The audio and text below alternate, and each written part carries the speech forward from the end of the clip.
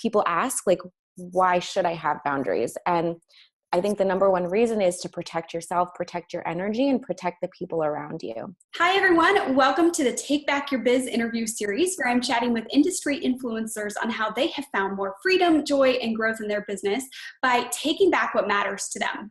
So I'm your host, Lauren Black, creative strategist and owner of Bosscation, a business retreat in a box to help entrepreneurs like you get away from your daily distractions to strategically plan for your business. So if you want to hear all of the industry influencer interviews, make sure you head over to bosscation.com/takebackyourbiz.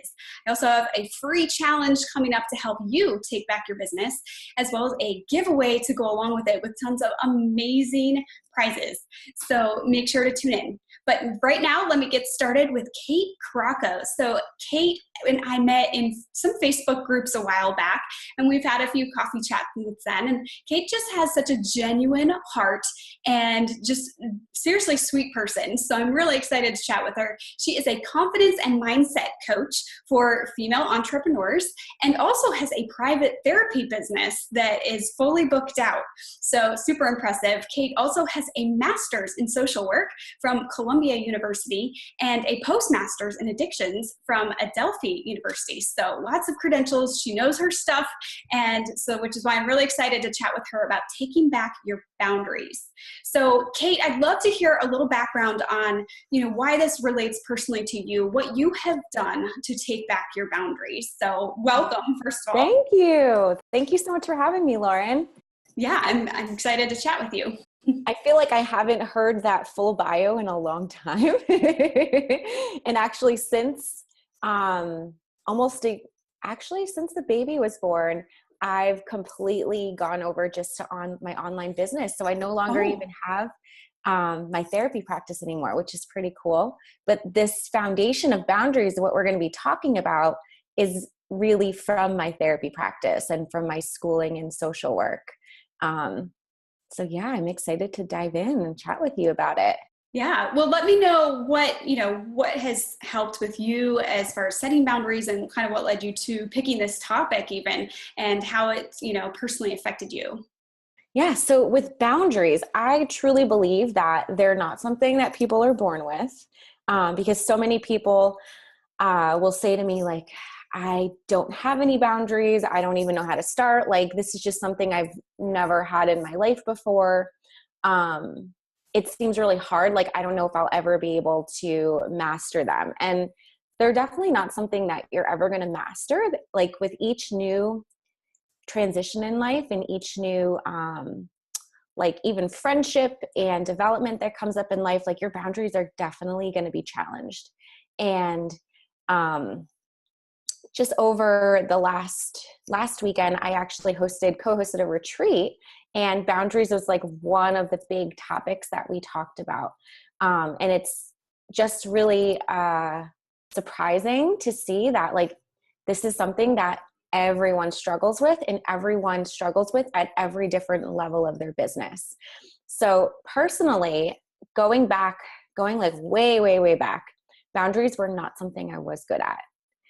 So they definitely were one of those things that I needed to learn myself, back in, let's say, like high school and college, and up until probably sort of like owning my own business. I think owning my business helped me start to create even better boundaries. But way back in the day, I definitely was a people pleaser, and I would say yes to everything.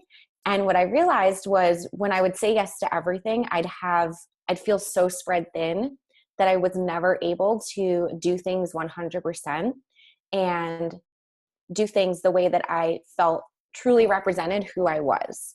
So again, like, this was something that started like early on in life, and little by little, I think, going to grad school and learning about, I was trained in something called dialectical behavior therapy. So in dialectical behavior therapy, boundaries is something that's like the foundation of it. Dialectical behavior therapy teaches you different skills to help you better communicate in life, help you better effectively manage your emotions, how to be more assertive, and how to have more fulfilling relationships. And it also teaches you a component of mindfulness and just like finding more peace and awareness in your life.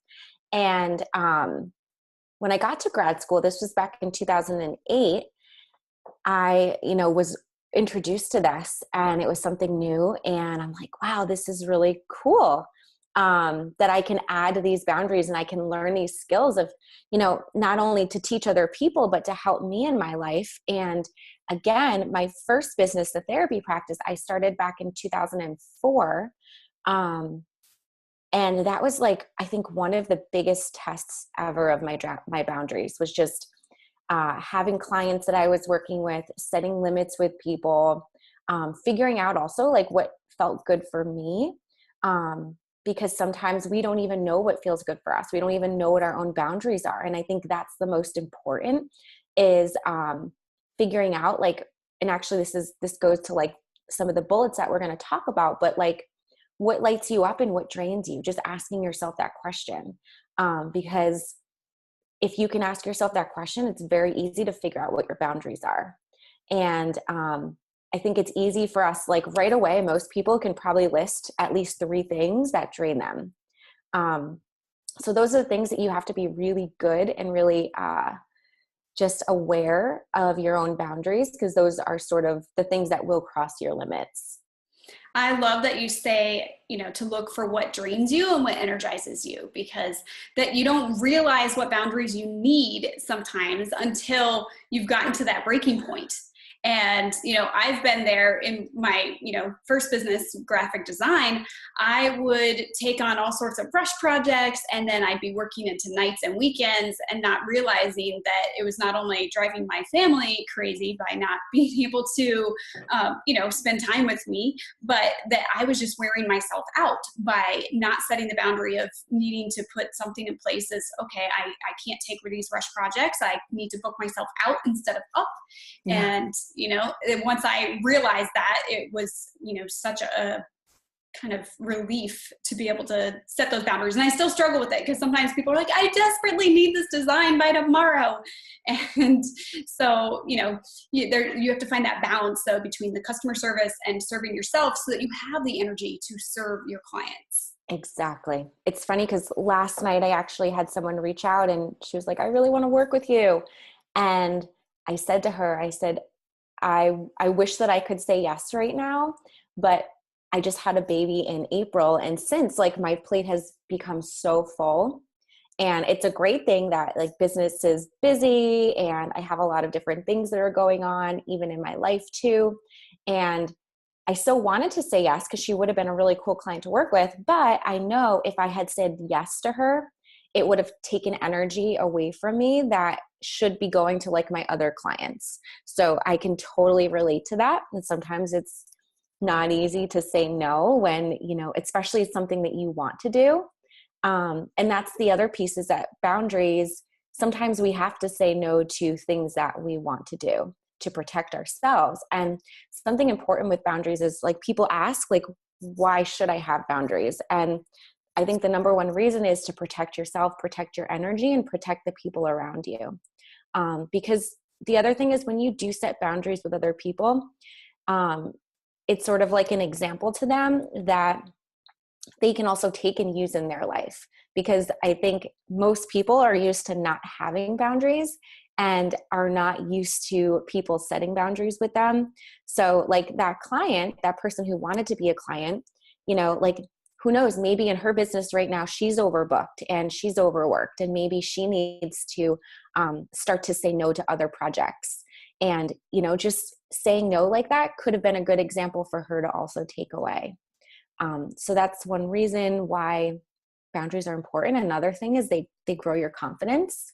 Because if I would have said yes, I probably after would have felt a little bit bad, like, oh man, now I'm going to feel stretched even more. My other clients may not get 100% of me.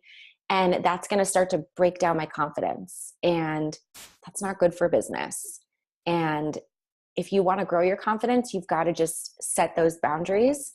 And the other piece is when you set boundaries, it helps you reach your goal even faster.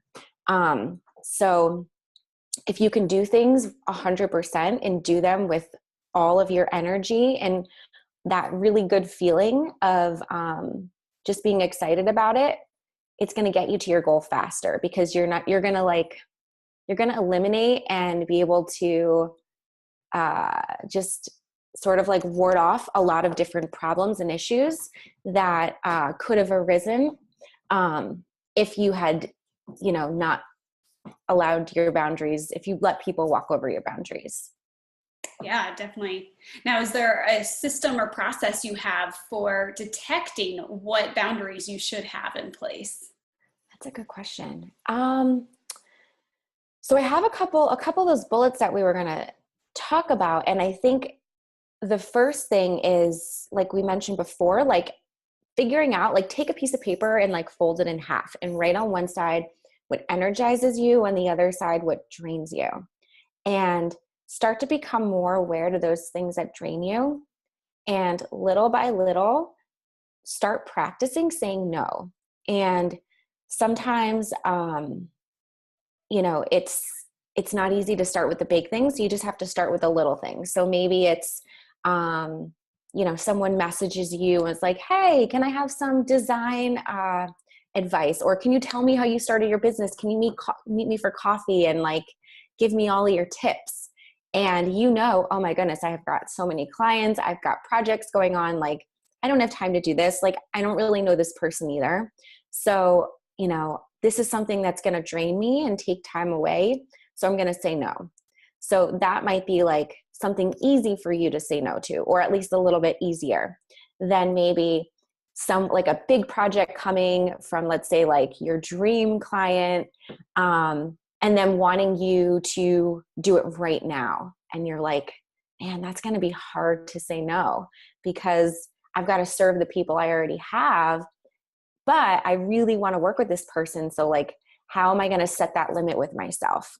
And it's not always easy. So that's why I think it's important to really practice with those little things first. And one of the other things I was going to talk about was you don't always have to say no right away. So that's the big thing that I've learned over the years, is that sometimes people will ask you to do something, and it always seems like it's in that moment where you're like scrambling and running around and got a million and one things going on. Maybe it's one of your really busy days. And sometimes like the first thought is you want to just say no, but maybe that's not really what you do want to say. Like maybe you do want to find space for it. So I think the best thing to do is to always just put it off. Like, especially with email, you don't have to answer someone right away. You can wait a little bit, you can wait a couple hours, or you can simply say, hey, this sounds great. Let me check my schedule. Let me get back to you. I'll like circle back in a day or two. And give yourself some space to maybe sleep on it, to really look over your schedule, look at your priorities, and ask yourself, like, is this something that does energize me, or is this something that maybe will drain me?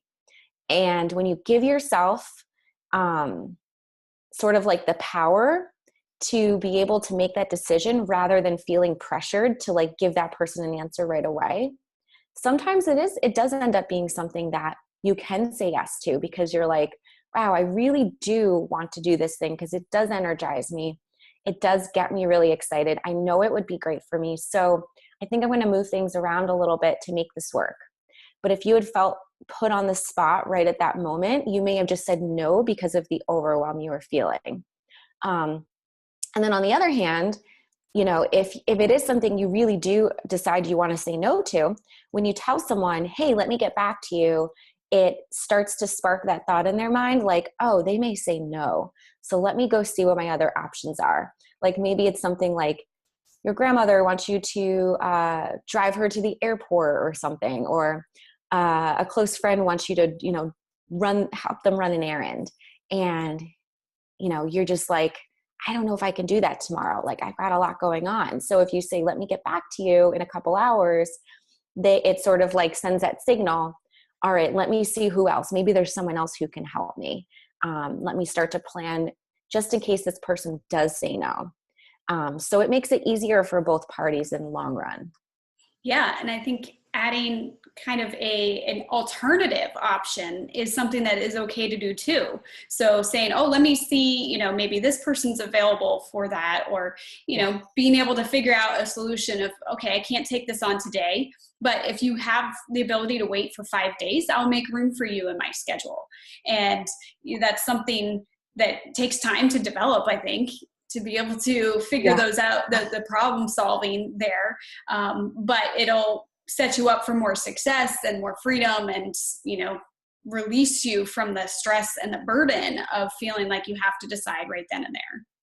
Definitely. And when you are able to say no, like one thing I want everyone to remind themselves is that when you do say no, you're just allowing more space for the best yeses to come. And one perfect example of that was right before you asked me to be a part of this interview series. I had probably like 5 other people reach out to me like within like a 2-week span asking to do some type of interview or guest expert with them. And I wasn't feeling like super excited about them, but I was like, maybe I should, I don't know, let me think about it. And then I decided I'm just going to say no. I'm just going to wait because there's probably something else that will light me up and excite me that I can say yes to if I say no to these things. And then it was like, boom, I got the email from you and I'm like, yes, I'm so excited about this. I can't wait to do this. So I'm so honored. Yeah. So when you do say no, like it just allows more space for good things to come and things that you can say yes to that do really light you up and excite you. Yeah, I think I've seen in my own business, I would take on clients that I knew weren't a good fit for me and my business, that either their style was off from my design style or their timeline was different than what I could handle. And I would say yes out of almost a scarcity mindset that, well, if I say no to this person, then what if next month I don't have a client coming in the door? And then it closes my ability to be able to say yes to clients that would be ideal clients, that because now I took on this project that, is energy draining. I'm not going to be as efficient when I work if something isn't exciting to you. And so then it just keeps you from being able to work with people who would be ideal clients. Exactly. Yeah, that's a great example. Yeah. So what, well, actually, I'd love to know have you read the book, The Best Yes? Yes, I read it a very, very long time ago, but I have, yes. Yeah, I read that before I branched out and became full-time in my business. And I think that was actually one of the reasons why I took my business full-time, was because I had been doing it on the side and was completely a workaholic. I had my 9 to 5 with a commute plus the, side business, and I just couldn't handle both anymore. And that book, The Best Yes, it was so helpful, but it really helps you look at, okay, does this fit with my life emotionally, spiritually, physically, financially, like all these little check boxes to check with, because sometimes something might, financially sound like it checks the box, but physically you don't have the space or the time for it, or emotionally you don't have the energy for it. Exactly. Yeah, that's definitely a good read for people to check out. Yeah. So what other ways, or kind of what are some of the other bullet points that you wanted to talk about on the topic of boundaries? Let's see. Or did we cover everything? I think the last thing would be to sort of know your triggers. So I know for myself, if I'm feeling really tired and I'm feeling super stretched and I have a lot on my plate, for some reason, it's harder for me to say no to other things. I think because my energy is already low, it feels like to set a boundary would take a lot more energy than just saying yes. Mm-hmm. So I know if I start to say in my mind, like, I don't have enough time for this, or I don't have enough time for that, I know that I'm in that place where I need to be super aware of my boundaries and really protect myself, because it is a lot easier for me to just say yes. So I think everyone is a little bit different. And maybe if someone's maybe if like someone's self-esteem is low, like maybe they're not, in a place right now where they want to be in their business, like maybe they would be more apt to saying yes to something that, again, like wouldn't light them up. Like you said, like, maybe they're not super busy and a client or a couple clients come to them and they're like, I should just take them because I'm not that busy, but they know that it might be energy draining. So just be really aware of what those triggers are and make sure that you have people in your life who can actually sort of call you out when you're in that place.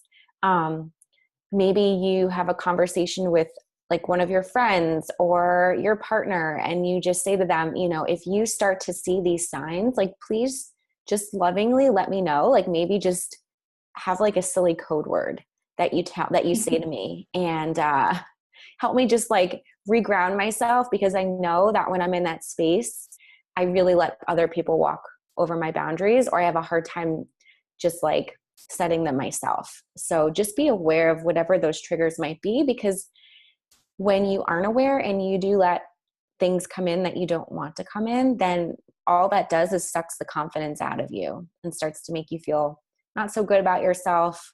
And then it's just a downward spiral from there. Yeah, for sure. So we've talked about setting boundaries with the type of clients you work with, or the time frame of working with people, or even accepting, you know, guest opportunities. So what are some other boundaries that we could set in place? I guess even not even like in your business, but in your personal life too, because your personal life can always tend to bleed into your business. Oh yeah. So making sure that the people in your personal life, they really light you up and they don't drain you. And I think especially like in business, sometimes it can be almost easier to say no to people because we're like, oh, we don't have a personal relationship with them, so it's fine. Like we'll never talk to them again. But people who are a part of your life, it can be a little bit more tricky. So I think figuring out like who are those people in your life, like asking yourself that question, who really energize you, and then who are the ones that drain you, and the ones that drain you, you need to slowly somehow cut them out of your life. And it's not easy to do, but when you do that, again, just like clients, it allows more space for good people to come into your life and those people who energize you. And personally, I've like cut a lot of people out over the last few years. And again, it wasn't easy, but I know deep down, if I hadn't done that, I wouldn't have the good friends that I have today. And I wouldn't be where I am in my business today, because some people like to just hold you down and don't really want to see you become successful, because maybe they're not having, I don't know, they're not doing so well in life. Yeah. And I think with people too, it might not even just be cutting out people, but just setting those boundaries as far as when you communicate with people, or when who you allow in at certain times. Because I know my mom used to love calling me during the day. And so then I'd be trying to get business work done, but I'd be on the phone with my mom. And so recently she's realized like, oh, I need to not call you, like call me when you're done with work. And then my sisters too, love them to death. They're both local. Yeah. One of them lives on my street, but they both have 2 kids under 3 years old right now. And a lot of times when they first had their kids, their first child each, was just when I was starting my business, and they would ask me to babysit for like 3 or 4 hours in the middle of the day. Yeah. You work from home. Oh, great. You can, like, at one point, both sisters were working and their husbands were both working, and I was watching both of their kids. And so I'm like, wait, you get to work, all 4 of you get to work except for me. And like, I can't always just make up for it on weekends or nights because I've got other things going on, or it's not when I focus. Cause I'm a structured person. I need my 9 to 6 or whatever I work, and I need to stick with that, or it throws me off. I'm not as good on trying to focus on weekends when I'm like, this is my cleaning time. I'm supposed to be working at my house and I've got church on Sunday morning. So, I can't just shift my schedule around like they think I can. And it got to the point where I kept having to say no. And it was really hard for me to say no to babysitting in the middle of the day. I'm like, it throws off me and my business and takes away from that, and, throws off my whole week when I do that. And they finally started picking up on it. And now it's only emergency situations when I get a babysitting call for the week. And, or I would suggest sometimes if they had something going on, like, well, I can't take your kid to the water park during the day, but if you want to bring him here, I'll watch him here and try to get some work done. Which is impossible. I have having a baby now, I get it. I'm like, there's no way. Like, I just started sending the baby to daycare 2 days a week, Tuesdays and Thursdays, and I get so much more done. Mm-hmm. But yeah, I think one thing that you have to do, especially with family, is we call it the broken record. And it's just saying no over and over again. Like, no, I'd love to be able to help, but I also have a job. No, I'd love to be able to help, but I also have a job, and just sort of drilling it in their mind, because people tend to think if I ask her enough, she's going to say yes. Like, if I keep asking, she's going to get tired, and she's probably just going to say yes. She's going to break. So you have to just really stick with that no, and just say it over and over again. And just like, don't even think about it as you say it. Like, just say it. Yeah. And one of the other boundaries I've set in place with my clients too is like how and when they can communicate with me. Because I've had people try to text me and then the text messages get lost. I've had, people that try to email me in the middle of the night. And while I actually do like answering emails late at night, and I can focus, but I don't want them thinking that like we're going to have this whole conversation in the middle of the night. So I'll turn off my, Outlook and have them send out in the morning instead, so that I can stick to the boundaries that I've set with my clients as far as email goes. I love that. Yeah. Because you're right. If you just send an email right back, then they'll think, oh yeah, she answers at 2 a.m. I'll just try her again. Yep. And then you run into issues. I actually had a client that I used to answer at all times. And then when I finally decided to take off a weekend and not answer email, then they start texting and calling, where are you? And, because they expect you to answer the way you have in the past. So you're setting yourself up for failure if you, are answering them at any time outside of what you've set as your boundary. Exactly. I think one last tip is, when you're setting boundaries with people, set them a little bit stronger than how you actually feel. So when I look at like my contract for working with clients, like, these are my office policies, it's definitely a little bit stronger than what I actually feel and what I'd actually let happen. So like, I have set hours on there. Like, I answer emails Monday through Friday between 9 a.m. and 6 p.m. and allow like 24 to 48 hours for me to get back to you. I put that there because of like worst case scenario, but like, I usually don't have to actually, like, once you set that boundary, once they see that there, they respect you right away. And then they don't cross it. So then, I've definitely emailed my clients back like 8:00 at night or 6 a.m. And I think because it's already there, like, you've set that precedent in the beginning, they just feel like, oh wow, like, she went above and beyond. And she's actually like, I'm in this crisis right now, or I'm going through this thing, and she's actually like going out of her way to help. So always set those a little bit stronger than how you actually feel. And it just makes things so much easier. I learned that with my first business. People, like, I had like a 7-page policy that people had to sign. And most therapists have like nothing. It's like confidentiality, like 1-page contract, and that's it. But it was like, this is what you should do if this happens. This is what you should do if that happens, because it just saves you so much time and energy in the long run. Like, it was something as specific as, like, if you friend me on Facebook, I cannot accept it. If you send me a LinkedIn, I can't accept it. So then I never had to have those like awkward conversations with people, because everything was just like thrown in front of them right from the start. I love that. You need to talk with Christina Scalera, because I just had her interview, and her whole talk was about the client experience and setting those boundaries in your contract ahead of time for those exact same reasons, that, you don't have to go back and have an awkward conversation or have, be in a tight spot with somebody, because you've clarified everything from the start. Exactly. Yeah, I have to chat with her. Yeah. So on a more just general business sense of things, how do you balance kind of your customer work and clients? I guess your clients and working on your business? Yeah. So I will say it used to be a lot easier now that I have had a baby. As you can tell, like it's hard to work with the baby at home with you.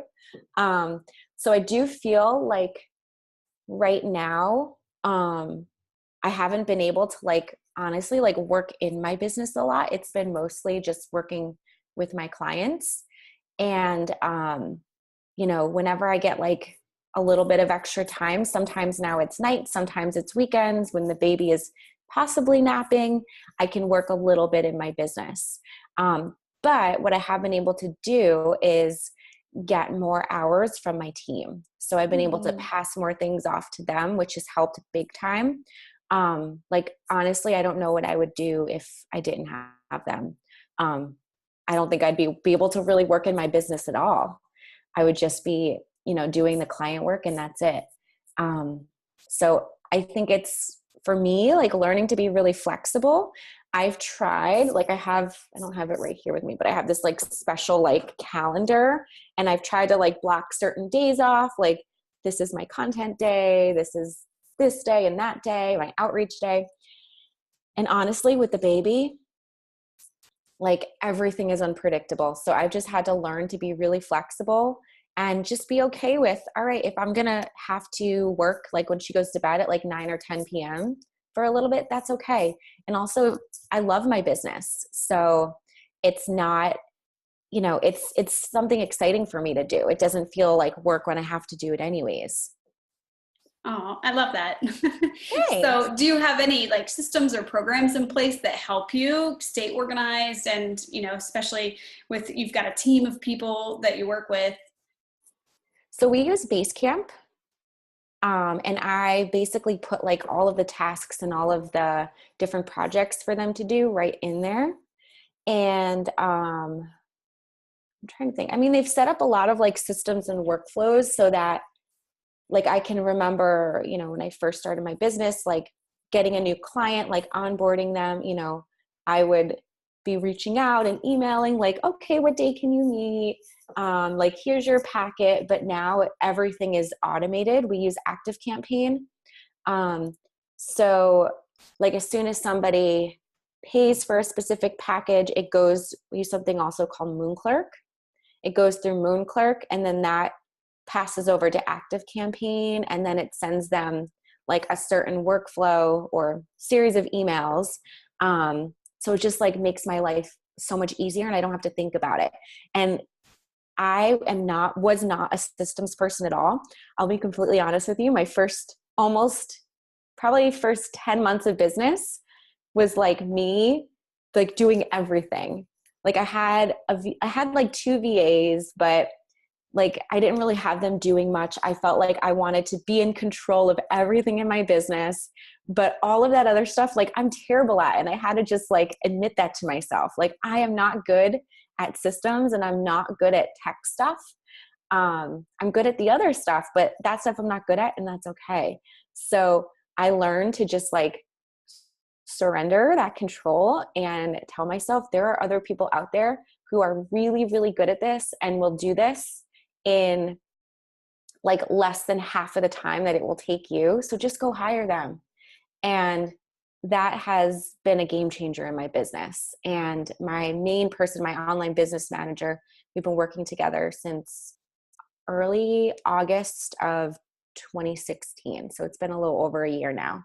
And I tell her, I don't know what I would do without her. That's how I feel with my everything assistant. I don't even know if she has like an official title because she helps with social media and marketing and design and then took over. Well, I was on vacation for 3 weeks and my phone died after 2 weeks. And so she was handling everything basically while I was out. And it was so nice to be able to, have someone I could trust with my business and be able to step back a little bit. So that was a boundary that I wanted to set too, was my vacation and knowing that my husband deserves my full attention while on vacation. And so I did, answer a couple emails here and there of things that I'm like sending off to my assistant. Hey, here's this design project that needs to be done. And, and then I'm hands off. So, I think that is one thing, setting either those weekends that you need. Sometimes you need just a full weekend off to refresh and to be able to focus again. So I mean, and how do you make room for creative thinking in your business and like developing new ideas or planning ahead on things? I have to just take time off. I've got Mm. to take time off. And when I saw when um, your, oh my gosh, Bosscation, when it came out, I was like, oh my God, that's exactly what I need. Like, I need to have like I would love to have like an entire weekend where I can just like go book a hotel and just like work on all my content or work on like a launch. Like it just sounds so exciting for me. Right now I haven't done anything like that. Like I'll take like a day off where I'll go and get inspired and like do writing. But yeah, that's like a dream, is to just have a weekend in and not even do it with other people, but just even by myself, like have a hotel room and just go and get work done and get inspired. Yeah, well, that's how I came up with this idea of Bosscation was that, well, I didn't actually leave my house. So, but my husband was working that weekend and so he was gone. And so I had the house just to myself and I set up not in my office. So I went out in my living room and set up a table, used my sliding glass doors with dry erase markers as like giant, brainstorming sessions, and just was able to disconnect from my computer and my phone, and I got so much done and like planned out and so many new ideas, which the Bosscation idea was born from that. And really helps to disconnect and to say, I need this, my clients need this from me, because sometimes we think that we are just serving our clients by always being there for them, but then we're never able to get ahead on our marketing, or as you said, your content, and planning new ideas that will ultimately help them. And and then also you just need it for yourself, and Yeah. whether that is Bosscation time or vacation time without your business, I think both are kind of necessary to keep a balanced life and business. So, Kate, this has been amazing. So, thank you so much for chatting with us about boundaries and just encouraging everyone to, set those limits, figure out what drains them and what energizes them so they can continue on the things that will help them grow. And I know that you have an awesome freebie available. So tell us about the Confident Ladies Success Kit. Yeah. So there's 3 of my favorite workbooks. There's one on visibility, there's one on mindset, and there's one on confidence. And those are the 3 things that I help support my clients with. So when you sign up for that, you get all 3 workbooks completely free. And you can use whenever you're, need a little extra support in each one of those areas. They're there to help support you. Awesome. So I'd love for you guys to take advantage of that. And you can find that it's at katecrocco.com/bundle, correct? Yes, that's okay. it.